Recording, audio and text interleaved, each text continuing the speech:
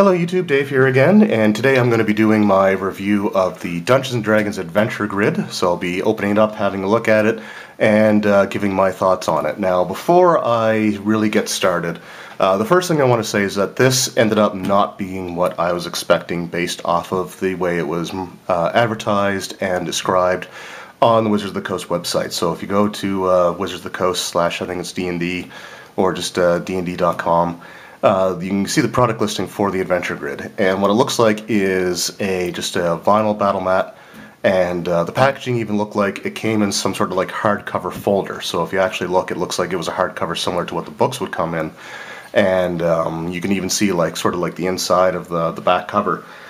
So that's what I was expecting. I was expecting a fully vinyl battle grid and some sort of hardcover folder that was meant to essentially hold it. And what we have instead is just a paper sleeve over top what looks like just cardstock. Now on the website it does mention that the Adventure Grid, or the Battle Grid, is Adventure Grid, that it is easy to fold up. So I'm thinking that maybe they're all still connected, like the vinyl actually is still connected on all of them, and you just kind of unfold it like a board game board. But we'll see. Anyway, so let's just look at the back here. It says Strategy by Design. Good for dungeons and wilderness encounters alike, the sturdy double-sided grid-lined play surface is ideal for when your Dungeons & Dragons campaign gets tactical. The D&D Adventure Grid also folds up for easy transport and storage. It can be used with both wet erase and dry erase pens interchangeably. Pens and miniatures not included. It also has the retail prices here. So if you're living in the States, it's $24.95. But if you live in Canada, it's $33.95. So I'm Canadian, so I spent well over $30 to pick this up. So the reason I'm a little bit disappointed, I haven't opened it up yet, so we'll see. Maybe my opinions will change as I open it. But the reason that I'm disappointed is I'm concerned about the durability of this cardstock, and I think it would have been just simply better to have it be a vinyl grid, just a vinyl mat that you can roll up or you can fold up. And I think I would have preferred that overall.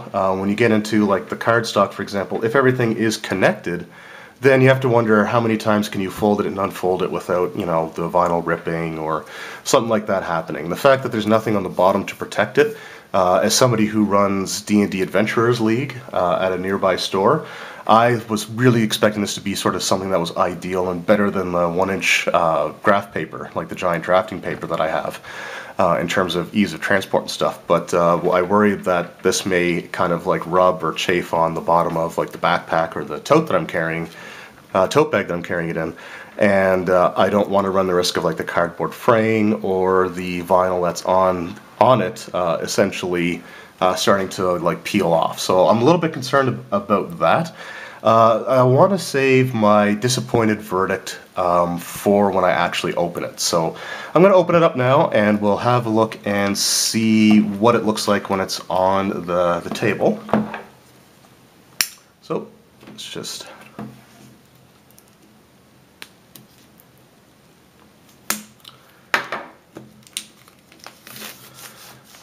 Alright.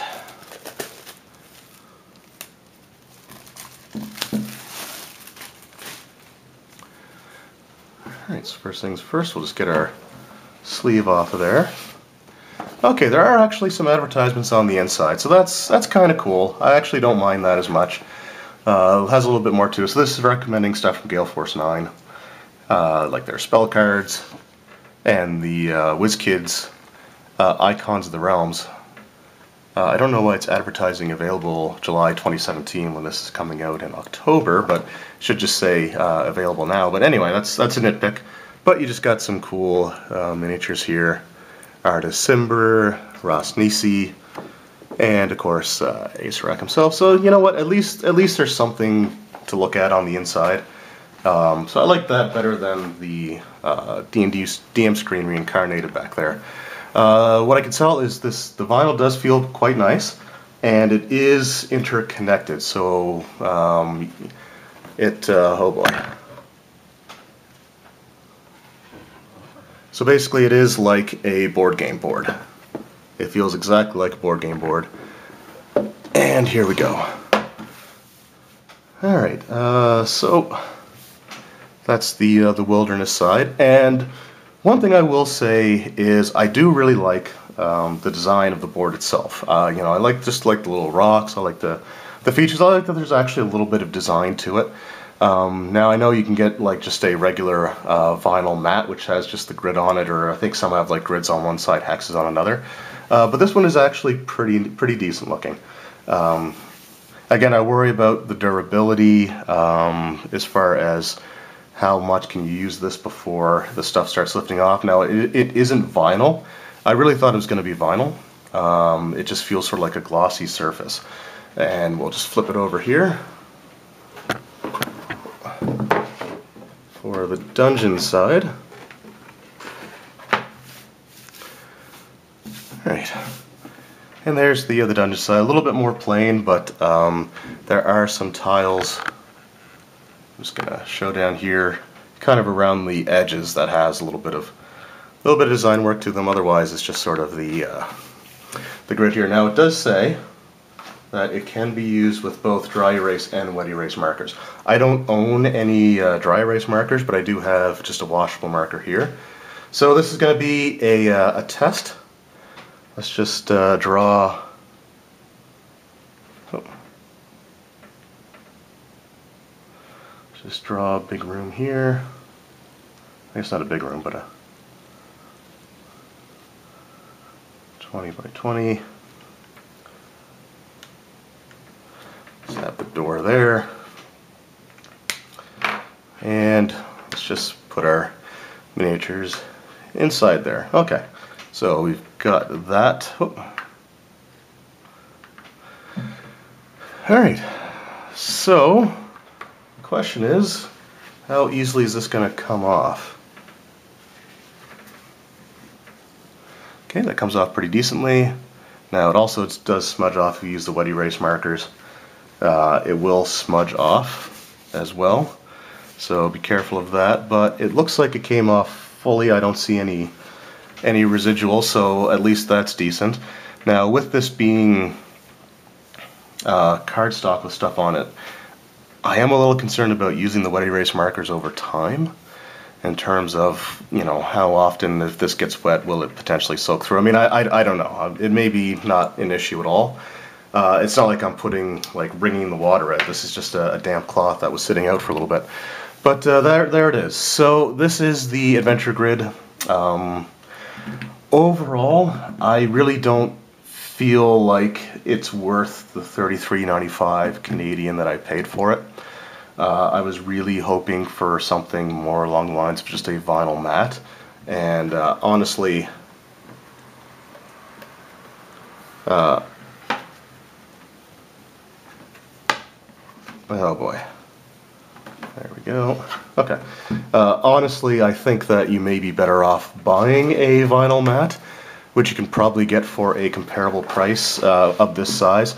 You know, $25 or $33. I'm sure in Canada I can get a even if it's just a one-sided vinyl mat.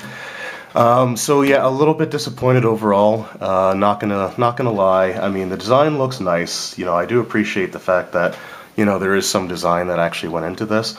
But I think it still would have been better served just being a double-sided vinyl mat that you could fold up or roll out or do something with. The cardstock, I'm not entirely sure how well it's going to hold up over time, especially if you're transporting it to different locations. For if you run games that's not, you know, in your own home, you got to take this with you.